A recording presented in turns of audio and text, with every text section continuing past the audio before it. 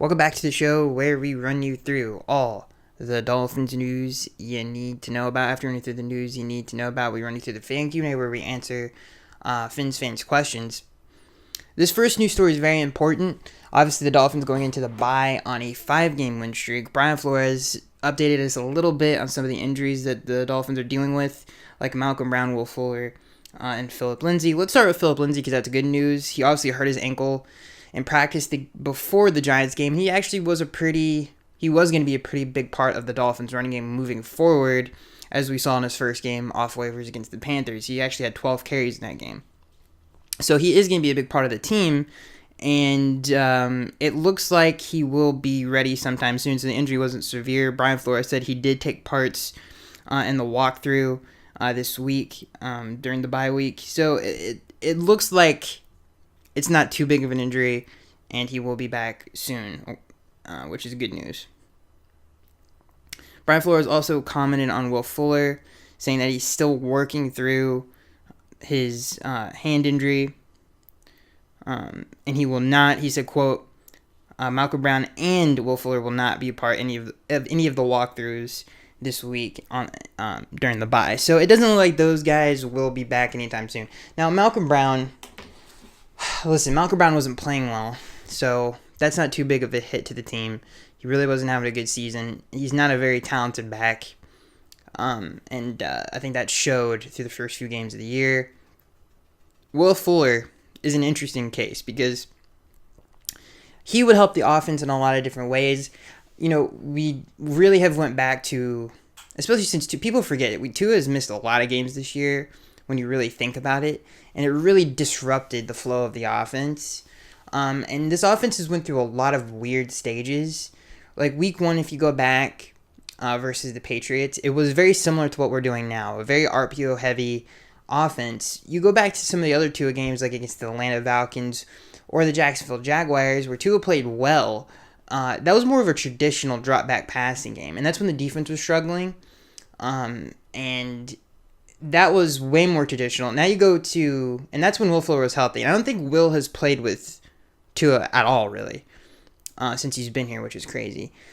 Then you go back, since we've obviously been on this 5-game win streak, it's been back to some of the RPO stuff. And I think if we had Will healthy, which we haven't seen Will healthy in the RPO style offense, we've only really seen him play with the Jacoby Brissett offense, which was against the Colts and the Raiders. And he popped in both games. But I think what he could really help with in the RPO style offense with Tua is, those Albert Wilsons. We've been running a lot of wheels and go routes and kind of marrying plays off of some of those RPO looks and kind of taking shots deep. And, God bless Albert Wilson, but he just hasn't been the same since the hip injury. And I think Will Fuller would help a lot with those. We hit Matt Collins on one of those. We hit Albert Wilson off of one of those RPO kind of deeper shot plays, and we ran it a few times against the Panthers and the Giants. We just couldn't really spring them open. Very similar plays to what we did against the Ravens and to the Jets on some of those deep shots. Will Fuller would help a lot on some of those deeper shot looks. We've done some under center, like block a bunch of people, take some deep shots down the field. Those haven't really worked. I think Will Fuller would help a lot with those too. So I think he just helps with the downfield attack. Obviously, that's why we signed him, and would make the RPO offense even more deadly. But unfortunately, it doesn't look like we're going to ever see that this year. And we never really got to see him with Tua. And what the weird thing is Will didn't really practice all season either.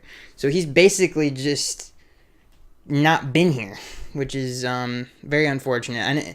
And, looking back on the signing, I still think I would still do it. You can't, obviously hindsight's 20/20, but, obviously it's been kind of a failure. And it sucks because he's probably going to go somewhere else next year and be healthy. It's not that it just wasn't healthy. And we knew the risks, obviously, going in. I still think you had to take the risk. Maybe we should have, been more aggressive on some of the linemen but you weren't going to get any of those guys on a one-year deal. It doesn't really matter. The point is that it sucks that we're not going to see Will Fuller probably at all with Tua. And it's very unfortunate because he is a special deep threat. Will Fuller has special speed and would help the team out a lot on some of those down the field things. And matching him up with Waddle on the field at the same time with Devonte Parker, I think that presents a lot of mismatch issues for the defense to deal with. And it obviously helps Tua out a lot. And it would help the run game, too. It really would. Very unfortunate. Hopefully he can come back. Reportedly, he's dealing with some... I think he has a broken hand, but it seems more severe than that. It seems like he has... I think... I can't remember where I heard this from. You guys would have to correct me. I don't have it in front of me. But I think he has multiple broken bones in his hand. Alright, so let's move on from that. Very unfortunate news. To this next news story.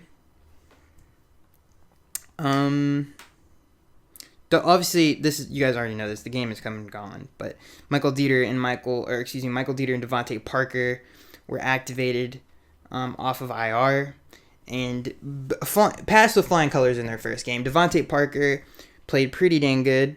He had a lot of really clutch third down catches. He had 5 catches for 62 yards in his first game back. He averaged 12 yards a carry. Just another weapon for Tua to throw to, which is great. And I thought Michael Dieter played really good. And we needed him back because the center position was obviously an issue. And the Panthers game was a great example of that. So there you go. And I think that's it for the news. There's not really much else to talk about. Hopefully the Dolphins can get... the hope is to get at least... You would hope that we would have had Will Fuller back by now. Hopefully they don't lose Philip Lindsay for an extended period of time. I don't think they will, especially with the week off. And he got last week off. And he's in walkthroughs too during the bye. I think he'll be okay. But it's very unfortunate that Will Fuller just hasn't been around. It's very unfortunate. One thing I will say, though, to look forward to after the bye, before we get into the Giants game and some of the things that I thought about it, one of the things I will say is that Preston Williams is coming back healthy. He's getting healthier, I should say. Devonte Parker, obviously, is coming back. Hopefully the Dolphins get a little bit more healthy at tight end as well with Durham Smythe and Shaheen. Hunter Long had his first reception in this game for 8 yards. Hopefully he can kind of turn the corner on his rookie season a little bit because I still think he's a very talented player. So there are still weapons there. Philip Lindsay obviously was a pretty big signing. I think he's going to help the run game a lot, especially with him coming back healthier. I think he will play against the Jets. At least it's looking like that. So even though they still have some injured players, this is probably the most healthy and talented the offense has been so far, and it's coming at the right time. With these final few games down the stretch here. And Devonte Parker, Waddle, Matt Collins, that's a pretty good group, and I think hopefully they can stay healthy for the rest of the year. Preston Williams, too. He was talented. So let's get into this game, which was a huge game at home versus the New York Giants. And one of the few things that I think jump out at me is I just want to shout out to George Godsey and really the offensive staff for really turning it around and really coming up with an identity for this team to build off of and get really good at. And I think that's what they're doing. And not only that, but I feel like they've done a good job of game planning specifically to the teams they play, and not necessarily in the formations in the way that they call plays, but okay, if we're playing the Panthers, this is how we have to call plays. If we're playing the Giants, this is how they call plays. They kind of tailor the game plan, not necessarily to attack the other team's weaknesses, but to cover their own weaknesses, is what I've really noticed. They've done a really good job of in this 5-game winning streak, is really trying to help mask the shortcomings of the offense as much as they possibly can, and it does affect the play calling, but I do think they've done a really good job of that. So I thought George and really the whole staff there has done a good job of whoever the heck is calling plays. I don't know who we're going to give credit to here, but they've done a good job, and they've really turned it around since the beginning of the year. So offensively, I don't know, but really, one thing I want to point out too is the run game. It's not necessarily that it's gotten better. It has gotten. I don't know if I want to say it's gotten better. I think they've stayed more committed to it and not be so pass happy. Even though the Dolphins had 40 pass attempts in this game and Tua completed 30 of them for 244 yards and 2 touchdowns. Gaskin had 15 carries. Ahmed had 8 carries. Even though it feels like the run game has gotten better, it really hasn't. It just they've stayed a little bit more committed to it. Even though in this game they definitely played through the passing game for sure. But they definitely, as I say, they definitely have for the 15,000th time. There's definitely been a more committed effort towards the run for sure. I necessarily don't think it's gotten better. I mean, this has literally been the stat line all year. Gaskin, 15 carries for 44 yards. That's been the stat line the entire year. The run game hasn't gotten better. It's just they've stayed a little bit more committed to it to try to take some of the pressure off of Tua in the passing game, because the volume of passes that Tua has to have behind a bad offensive line is just not good, and you want to limit big plays against you, and I think that's what they're trying to do. But yeah, the run game continues to struggle. Tua is on fire right now. He's looked fantastic. Especially since the offense really has to be played through him, and the passing game has to kind of be an extension of the run game. I've said that a lot this year, but it's true. And, I've said this too. The criticism of him having to throw it short all the time is a little ridiculous. They take at least 2 or 3 deep shots a game. Tua hits most of the time, hits on them if they're there. There's been a deep pass play to Waddle or to someone else in each of these wins. So they are still taking shots down the field when they can, and Tua is hitting them. So that criticism to me is just not a very educated one, because they do try to take shots down the field. But again, the run game is so bad that the passing game really does have to be an extension of the run game.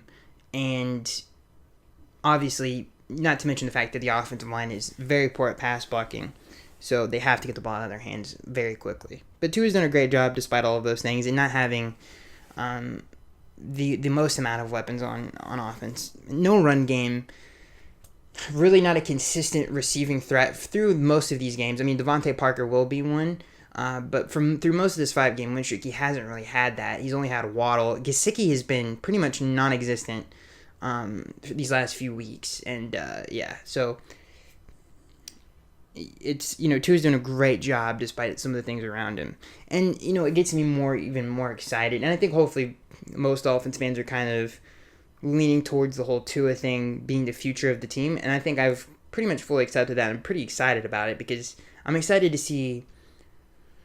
One of the 2 things that I really have learned this year, I think Tua is the future. For sure. And I'm excited to see what he can do with better things around him and a better offensive line. And I think the offensive coaching staff is worth keeping. I think they've gotten better. I like the way that they're calling plays. So I think those 2 things are definitely reassuring for sure. And moving forward, I think those are some things the Dolphins can look forward to. Not to mention the fact that this draft class has been out of this world great. When you think about Waddle, Phillips, and Holland, those 3 picks alone have been fantastic. So they have a lot of really good things to build off of, and I'm very excited for the future of this team for sure. And again, other observations. Devonte Parker definitely is going to help this offense moving forward, and just help us move the chains on 3rd down, and just give us another weapon, another consistent weapon for Tua, where it's not just Waddle all the time. And it's not just the fact that these guys can't get open; they're not reliable. Albert Wilson, who has had a few plays this game where it's just you just scratch your head. He had a huge drop on 3rd down. Waddle had a drop on 3rd down. Gesicki had a few plays where he dropped the ball. There was a touchdown that he just didn't catch. It literally hit him in his helmet, and he just didn't catch it. So it's not even just the fact that these guys aren't getting open. Sometimes they're not reliable at all. And hopefully Devonte Parker can just add another thing for opposing defenses to worry about. So yeah, offensively, especially the observations in this game, I think Tua's getting better. I think there's an identity of this team now, which is great. Jalen Waddle is fantastic. And I think the pass game is getting better more than anything. And they've found a way to kind of, even though the run game is so bad, to make other teams respect it, so they can get stuff off of the RPOs and some of their play action game. One thing I will say too, if the Dolphins could find their Hunter Renfrow, Jamison Crowder, their New England, Jacoby Myers, their possession receiver, who is really good after the catch, their Julian Edelman, and can be a consistent, great hands, a consistent player at that position. They're really still kind of missing that. Waddle, at times, has to play that role, but to me, that's what they're missing the most. One thing that we kind of raved about going into this year offensively is there's a lot of speed on this team. Well, there's not a lot of consistency on this team. There's not a lot of, it's great to have all the speed, but the thing that Tua is really good at, and I'm not saying that Tua can't do it, he can obviously take shots down the field, is the intermediate quick pass game is his greatest strength. His ability to make quick decisions and read the field. So, especially in a West Coast offense like this, that's literally just New England's offense in a lot of ways.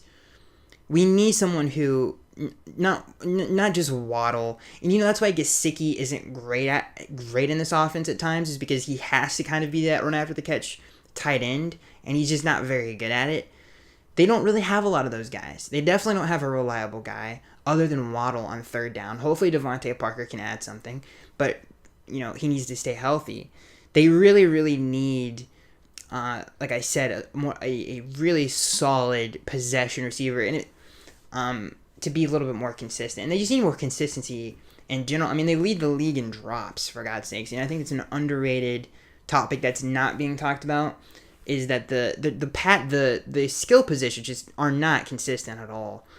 So it's just whether it's injury or play on the field, and that needs to get better for sure. So it's going to be interesting to see how Chris Greer deals with that, because I think the offensive line is the number one priority. It's not even close. But I'm not mad at the Dolphins if they clean house at that position and kind of rebuild it a little bit to kind of fit what they want to do offensively. Because I think they're going to kind of have to do that. Will Fuller's not coming back. If Devonte Parker comes back, I would be surprised. Albert Wilson has to be let go. He's not any good. Preston Williams, I think it's time for all of us Dolphins fans to kind of be like, okay, he definitely isn't what we thought he could be. You can't go into another season thinking that, where it's like, okay, let's rely on Preston Williams. No, we can't do that. So most of this receiving core is kind of out the door, and they're going to have to figure out what they want to do. This entire offense really does need a makeover, and I hope they can accomplish that in the offseason. That needs to be the focus of the front office, for sure. Because defensively, they have it. They don't need to do anything there. Offensively is where they need to just completely make over this team. Tua, Waddle, Gesicki, Smythe. Those are the only guys, even Gaskin and some of these other guys, those are the only guys I look at that I'm like, that's only, 4 players? Maybe Robert Hunt, where you're like, okay, I'm good with those guys going into next year. But everybody else, man, there needs to be change there. Okay, defensively in this game, it was absolutely fantastic. Glennon passed 44 times in this game and only completed 20 of them. Saquon was a non-factor in this game. He only had 11 carries for 55 yards. He just pretty much was, even in the passing game, they nullified him. The Giants' leading receiver was Evan Ingram in this game. He had 4 receptions for 61 yards. They continue to shut down, pretty much anything you want to do defensively. Just another great game plan. Another great play calling day for for Josh and Brian on the defensive side of the football. Jalen Phillips continues to just be an absolute monster. I want to say this too. Elandon Roberts had a fantastic game in this game, and particularly in coverage. He should have had a pick 6 that he dropped. But that was a fantastic play by him. The switch from Drobe and Baker to middle to outside was genius. He's really done a great job of setting the edge. And again, he replaced, I don't know whose idea, he really replaced Van Ginkel as that tweener linebacker, really in the Kyle Van Noy role as a pass rusher / a guy who we sometimes have to draw back in coverage. And Jerome Baker is perfect for that. And he's done a great job, and it's really changed the makeup of this defense. And that was a great adjustment by the staff to make that adjustment. And Duke, Riley, and Landon have done a great job in the middle of the defense as well. Van Ginkel, as a pass rusher, is fantastic. As a guy who can just put his hand in the dirt and not have to worry about dropping back. And, he's not a very multiple guy in that way. He really is more of a traditional end, really. And when he is that, he's great. So he's helped the team as well. The interior of this defense, the entire defense is fantastic. The play calling, the preparation, the talent, everything about it is fantastic. Hopefully they can. And again, most of these guys will be back next year. And I guess the only one you really have to worry about is Xavier, I guess, maybe. But it looks like he's happier than ever now. It's so fun. It's such a fun unit to watch, and it's because of the way that they call it. But they're so aggressive. They fly around the field.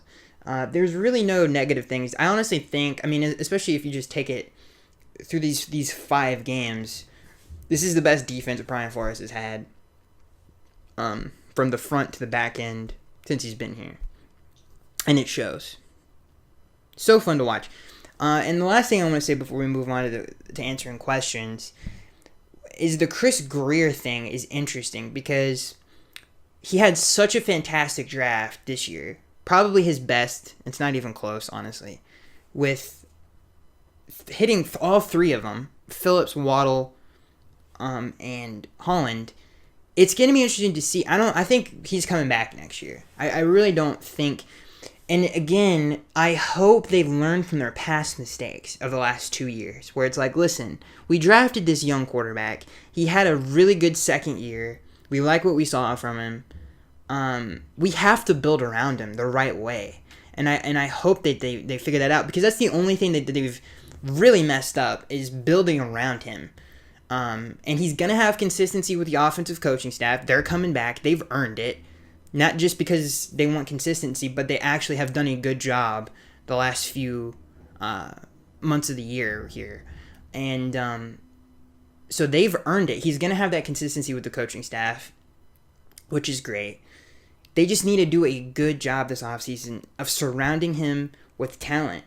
And that's what all of these good organizations have done with their star young quarterbacks, and they have to do that this offseason. And that's the only reason I would look at Chris and be like, listen, maybe we don't bring him back, because I need him to execute that. And I hope that's a priority for this team going into the offseason. But all the hate that we've given Chris Greer and this front office, they did a fantastic job with this draft class. And especially with those 3. Those 3 are obviously going to be pillars of this team for years to come. And man, they're not only good, they're not even good, they're great. Jalen Phillips just set the rookie record for sacks, and obviously as a first-year Dolphin. Jalen Waddle is probably going to break the NFL record for receptions for a rookie, which is crazy. And Holland has just been fantastic. Holland is fantastic. He is so freaky good. He's really, really good. He's so, and when people use this term, he really is rangy. He's very, very smart for a young player too, and fits perfectly in this defense, like perfectly. And he's so multiple, and that's something that Minka just did not want to do when he was in Brian Flores' defense. But obviously Holland, even after the Ravens game, Holland said that was the most fun I've ever had playing football. He loves that. He embraces lining up and having to do different jobs, and he's great at it, and is a problem for offenses for sure, whether it's the run game or a pass game. So yeah, again, for all the crap that we've given them, they did a fantastic job in that draft. About as good as you possibly can ask for, to hit on honestly, if we were going to give them draft grades, I'm giving them all three an A+. I think all three of those guys are Pro Bowlers. When you talk about Waddle, Phillips, and Holland, it's not even... They're all... I mean, I think Phillips just tied Chase Young for... I know Chase got hurt this year, but I'm pretty sure he had a healthy rookie year. He has, I think, more sacks than him now, or the same amount. And again, to break... I think he broke Bill Stanfield's rookie record, for sacks in a year is just what a class, and you can't say enough about the job that they did bringing those players in, and it makes watching the Dolphins that much more fun to have these young players. It's been a while since I can't remember to have this good of a draft, and honestly, here's the deal. Anytime a team and organization has a draft class like that, they need to capitalize on it and continue to add to it, because they could really make something special here. And we gave and this is my last point, and we'll move on to the questions. We're like, okay, Chris did a great job of accumulating all of these picks, but he didn't do much with it. Well, he did. He really did. I mean, he did miss, at least so far. He missed, and I mean, I think we can... You know what? Let's just go ahead and put the nail in the coffin. He missed on Austin Jackson. I don't think that's going to get any better. At least, it just hasn't gotten any better. And clearly, he's missed on Igbenogany. He hit on Nick Needham, which I guess isn't a high pick, but I just wanted to throw that one in there for really no reason. But, and I think he hit on Tua for sure. He hit on Christian Wilkins. I'm just thinking about the Brian Flores, Chris Greer era first round picks, and I've said this before. It's not as bad as people make it out to be. It really isn't, and I mean, most of those were hits. So Tua is a hit, Wilkins is a hit. We'll just stick with first round picks. Phillips, Waddle, both hits. Misses, Austin Jackson and Igbenogany are the only misses. Now, those are two big misses, I'm not going to lie. And when you talk about... But you can't always... It's just not how the draft works. You're not going to hit on every first-round pick. But I just wanted to bring that up. Not defending Chris, because please, Lord, fix this offense in the offseason. But please give Tua some talent around him. And I'm excited about it. I can't wait to see what they do in the offseason, because I do think they have their quarterback of the future. And I've been skeptical up until now. I'm sold. I really am. So let's get into the fan Q&A.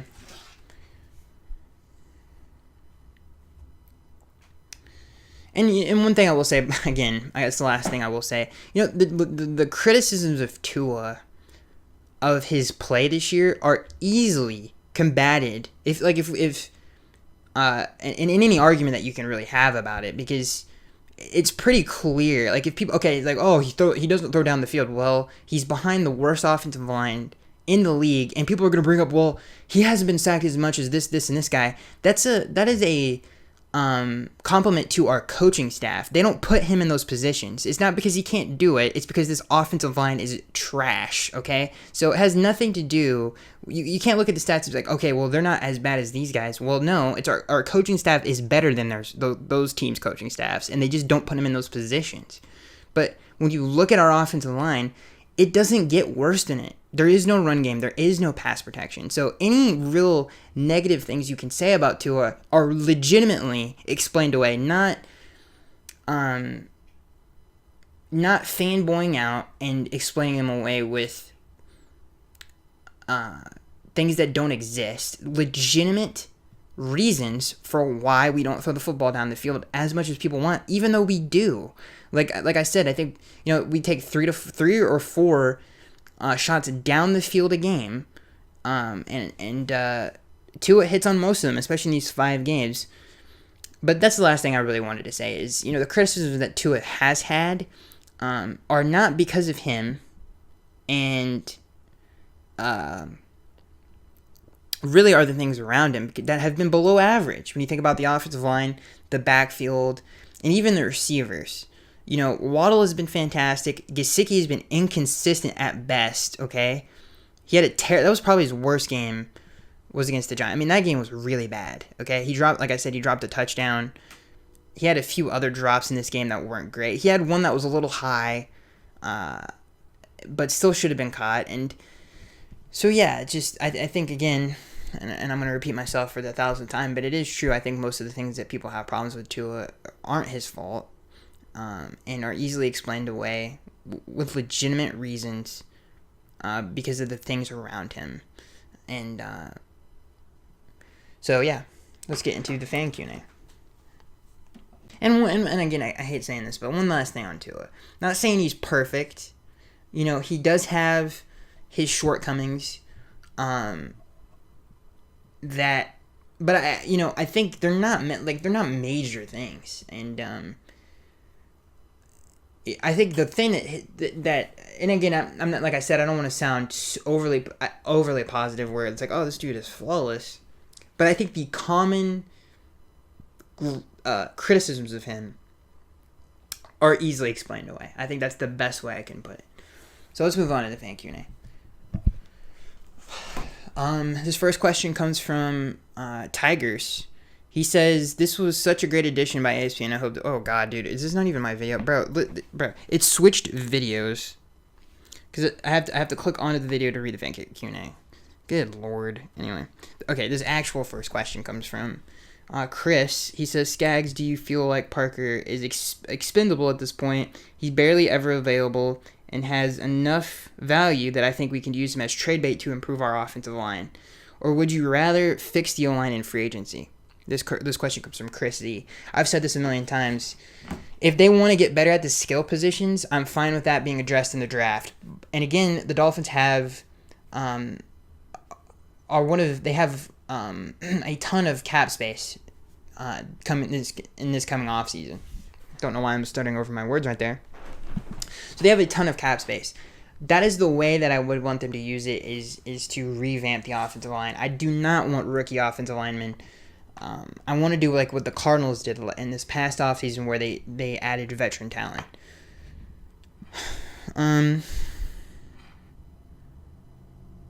So to answer your question, Chrissy, it's a really good one. Do I feel like Parker is expendable? Yes. And if they do use him as trade bait, I'm totally fine with that. He's just not a consistent... And, we've done this every year with him. And, people have pointed out, well, in 2020, he didn't miss that many games. Okay, that's 1 year out of his career where it's been really consistent. I guess 2019 was his best season. But even 2020 was not as good as 2019. And not only has it been inconsistent health-wise, but it's been inconsistent production-wise as well. So, yes, I think the Devonte Parker thing, he's a very talented player that shows it in flashes. But he's one of the things that he isn't great, especially for this West Coast offense, or at least he hasn't shown it yet. Where is the run after the catch? Where is the consistency? And that's where it kind of falls short for him. But so I think considering all of those things, yes. To answer your question, yes, he is expendable. This question comes from TR3MC. He says, "Hey Skaggs, do you think because of the Watson talks has died down now that the team is more focused and behind Flores and Tua, more leading to a better performance in this 5-game win streak? So do I think the organization is behind Tua and Flores and done with Watson? Yes, I do. I do think so. To answer your question, yes. They need to build around him. And I'm looking forward to it for sure. It gets me excited, man. Tua's really good in a lot of different ways, and some of the things that I've mentioned before. But he made some insanely accurate throws, especially down the stretch of the game. And our third down efficiency has been good all year, especially with Tua in the lineup, and it has a lot to do with his accuracy and his ball placement. I mean, the throw he had to Albert Wilson, which he dropped, was fantastic. That throw was fantastic. And just, Albert Wilson just doing Albert Wilson things. I swear to God, Albert Wilson does one thing a game that just makes me want to kick a hole in a wall, because he really does, dude. That's one thing he is consistent at, is just making me mad every game. This next question comes from Maurice Williams. He says, "Skaggs, what are your thoughts on Devonte Parker's return? Do you think he will play well enough for the Finns to keep him around for one last hurrah next year, or has the ship already sailed? Well, to answer your question, Maurice, the ship has already sailed. Even if he plays fantastic, which I hope he does, I hope he can kind of channel that 2019 Devonte Parker magic. If he can, great. Sorry. See you later. It's over. You know what I mean? It really is. If he goes somewhere else and does great, good. I'm happy for him. But it just hasn't happened here. They cannot, going into another year, rely on him. They just can't do it. This next question comes from Flo831. He says, "Hey, Skaggs, what do you think about the whole Fuller situation? Do you really think a finger injury lasts this long? I think if Watson was our quarterback, Fuller's finger would miraculously recover. I would like your thoughts, and do you see him on the field for us next year?" Well, from what we've heard, and maybe I'm making this stuff up, I just can't remember where I heard it from. It seems worse than that, and listen, hand injuries are no joke, dude. I'm not gonna lie. They're very painful, especially if you're trying to catch a football. It is no joke. So I don't think it has anything to do with him. I mean, we're on a 5-game win streak, and again, I think the whole narrative that his teammates, the whole thing with like, oh, do they like Tua? Yeah, even like Devonte Parker, who stuck up for Tua, and Gesicki loves Tua. I mean, the entire team loves him. Waddle loves him. I think that's clearly false as well. So I don't think it has anything to do with Will not wanting to come back to the team. I think it just is he's really hurt. And do I think he will come back next year, to answer your question, P-Flow? No, I don't think so. He's just too unreliable. It was a cool idea. You know, if it worked, it worked. It didn't work. He was on a 1-year deal. It really doesn't hurt the team that bad. You just move on. This next question comes from Brandon. He says, "I was kinda in the middle about Tua, but he has slowly showed me otherwise. What draft pieces have you seen in college that you would put around him? I like Garrett Wilson out of Ohio State." Yes, those Ohio State receivers are fantastic. What's his name? I can't remember. There's so many great Ohio State receivers. I can't remember his name. I like Walker from Michigan State. He's one of my favorite players in the draft. I think he's going to be a really good player. So, I like him a lot. I'm trying to think of other ones. I'm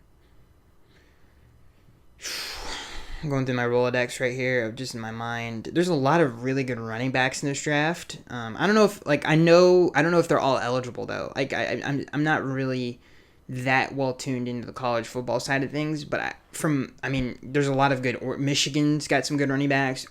Oregon has some good running backs. Michigan State obviously has my favorite one.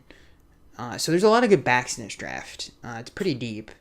I don't know if they're all eligible or not. Someone's gonna have to tell me down in the comment section below there, but I do like most of those guys. I think they're all pretty good. And in terms of pass catchers, I think I'm you know what. I'm Googling it. Sorry, guys. I need to know, who is this guy's name, dude? Olave, Chris Olave. That's who I was thinking of. Is he... I know he's probably going to be a really high pick. He's eligible, though, right? Is Garrett Wilson even eligible? Yeah, I'm trying to read it right now. I guess... Okay, so... Okay, so yeah, they're both going into the draft. Olave and Garrett Wilson. So I just had... it was going to bother me. Yeah, so I like Olave a lot. I think he's going to be really good. He's probably not going to be there when we're picking. But in terms of receivers, I like both of them a lot. Garrett Wilson and Olave. They're really good. Yes, and I think those two would be either one of those guys, if we got them in the draft, would be great. This next question comes from Harrington. He says, "Do you feel Will Fuller... Excuse me. He says... let me restart here. This next question comes from Harrington. He says, "Do you see Will Fuller playing in any remaining games for the Dolphins? And if not, do you think there are any contract stipulations that will affect his pay?" I can't remember specifically if there was. but I don't think he's going to play in any other games, no. I think it sucks to say it, but I don't think we're going to get any Will Fuller for the remainder of the year. This next question comes from Mark. He says, what should we address in the upcoming draft? Also, I know you and a lot of Tua supporters don't like to criticize him. My question is, when he wins, you credit him. When he loses, why then does the line play calling weapons and defense? Well, I disagree with you, Mark, because I've been complaining about the offensive line and the weapons even in this 5-game win streak. So it has nothing to do with us losing or winning. It's the offensive... dude, Mark, there is no way on this earth you're going to tell me you sit here and watch these games and don't think that. Like, even if you don't like Tua, you must really hate the offensive line and the running backs and the receivers too. Because guess what? They all three levels, okay, between the offensive line, the running backs, and the receivers, make one really stupid play a game, or play and don't, or they have one drive that's half decent, and then the next one's god awful. Okay, they're not good, Mark. I just don't know what these people see week in to week out, because it's frustrating. Because it's like, this isn't good at all. It's terrible. It really is bad. It's really bad. It sucks to watch. I feel bad. I feel bad for Gaskin too, and I've said this before. But some of the shots that he's taken this year, like, I don't know how he's healthy. People are in our backfield pretty much every run play, dude. I celebrate a 10-yard run like it's like a 90-yard touchdown, dude. Like, it's insane. Every time we run the ball, I kind of like cringe a little bit. It's that bad. And again, if we have to go back to the stats, look at the stats. Tua had to pass 41 times. That should be everything you have to know. The offense was running through his arm in this game. So, and I'm not mad at you, Mark. I'm not mad. I'm just passionate about this. I just don't really understand what you people. I shouldn't say you people. That sounds very rude. But the guys that because I don't know. What do you guys? So do you think it's all bad? Do you think it on offense it's all bad? It should just be all, like, you want to move on from Tua. You want the whole offense should be new. I just don't understand what. And I don't understand the problem that people have. Like, God forbid we praise Tua. Like, good Lord. And again, I don't want to sound like a blind fan. And I think Mark is right. There's a lot of those guys out there. He's completely right about that. Tua isn't an angel. He is not flawless. He has his issues, for sure. And... But I think especially in these last few games, he's played pretty much flawlessly. I can't really think. I think the thing that was bothering them most about Tua this year, where he did leave some plays on the field, and I think it's because of the offensive line has been so poor. He's gotten a lot better at it, though, as the year's gone on. And you can kind of tell it's been a little bit more of an emphasis to kind of like, listen, the offensive line, he clearly doesn't trust it, but I think they've done a good job of helping him trust it, where they've kept in more people in the block. When they do call shot plays, it's a heavy protection to make him feel a little bit more comfortable, to kind of to hang on that shot play a little bit longer. So the coaching staff has done a good job of trying to manufacture something down the field, because the offensive line needs so much help. You can't really... In a 5-man protection, this team just can't take a shot down the field. It's just not going to happen. And everything has to be off of a play action or some sort of, whether it's an RPO or just a more of a traditional play action. You rarely see a more of a traditional drop back, because it's not because of Tua. It's because of the offensive line, because we have seen against the Falcons and the Jaguars, granted, he did throw a terrible interception against Jacksonville where he lost control of the football. The picks that he threw against Atlanta, I'm not too much upset about. Especially the one to Olakun, he was just trying to do too much on the play. It had nothing to do with like his physical limitations. It was just him trying to do too much. It was just a rookie mistake, or a young player's mistake there. But he was fantastic when we had to go to more of that traditional stuff. So, And again, I don't, like I said, he's not an angel. But it's kind of, it's all, not only is it blind to kind of say Tua is perfect and all of this other stuff, because he's not perfect, obviously, he has issues, but it's also just equally as blind to ignore everything else. Like his critics and really do ignore that stuff, and it doesn't make a lot of sense to me. Because anytime I hear analysts talk about this team, I heard once on ESPN, and I hate ESPN a lot, and I hate to have to bring this up, but they did that weird show where they're like all around a table, and it's very weird, and they talk about football one at a time. I was like, wow, that was actually not bad. You know, it looks like someone's actually watching the games where they were talking about, and again, it does agree with my assessment of the team, so I guess you can take this with a grain of salt, but they were talking about the limitations of the play calling because of the offensive line. And and it's usually when people talk about this offense, it's the limitations because of Tua, where it shouldn't be that way, because it's not Tua, it's the offensive line. That should be a sign. That should be a sign somewhere. Because it really is. And so yeah, that's all I have to say about that. Anyway, yeah, that was really just a useless rant. But to answer your question, Mark, he says my question is, when he wins, you credit him. When he loses, it's the line and play calling weapons and defense. Well, that's where I disagree. Because I do complain about. I mean, I just did in this game when we won. I can't even speak right now. I disagree with that. I don't do that. I still criticize this offense. This next question comes from Brandon. He says, how do you feel about the 2-minute drill in the half? I think Tua played good football. Yeah, man, the 2-minute drill in half. Yeah, the scoring drive. I don't know, I was trying to blank on that. Yeah, that was a fantastic drive. You know, Tua, and again, this is something that he's always done great. The way he manipulates the back end with his head, it's another example of he's got great football instincts. And that showed up a few times in this game. This next question comes from Bad Bandit. He says, hey, Skaggs, are you worried about Sanders? As I am. He went from the most reliable kicker to unreliable in less than a year. I mean, this dude was a first-team All-Pro kicker, guys. And he has looked awful all year. And if he would have hit more field goals, maybe we wouldn't be in this situation that we aren't right now. You know, he missed a crucial field goal against Jacksonville. I don't remember, did he miss one against Atlanta?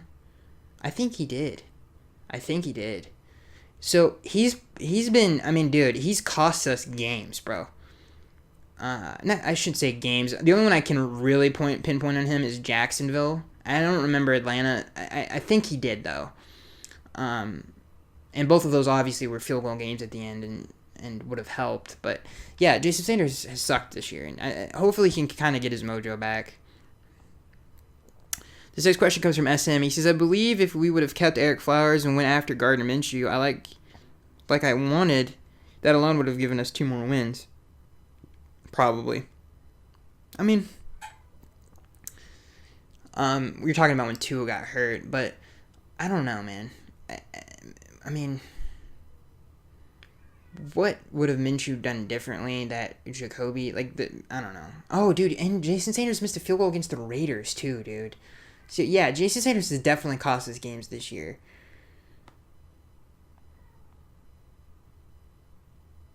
I don't know if Minshew would have changed too much as him, but Eric Flowers definitely would have helped.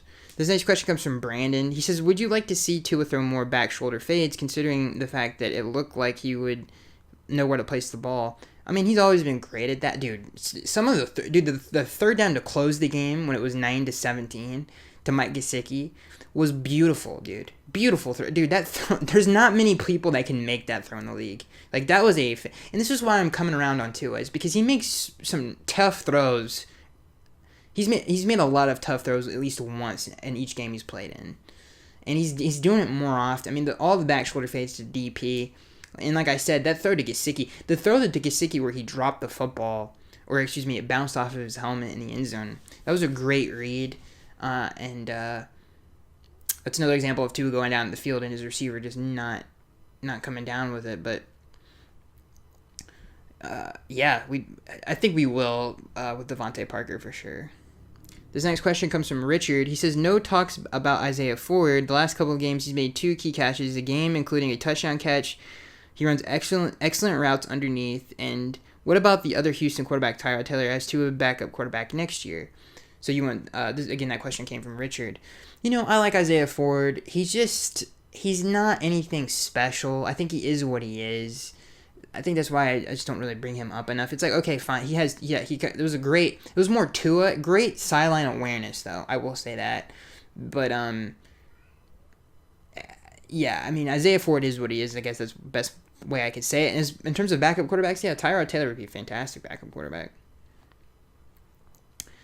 This next question comes from KC. He says, what are the Dolphins' weaknesses? Say if we played Tampa again, what would have to improve? It's a weird one to bring up. Tampa.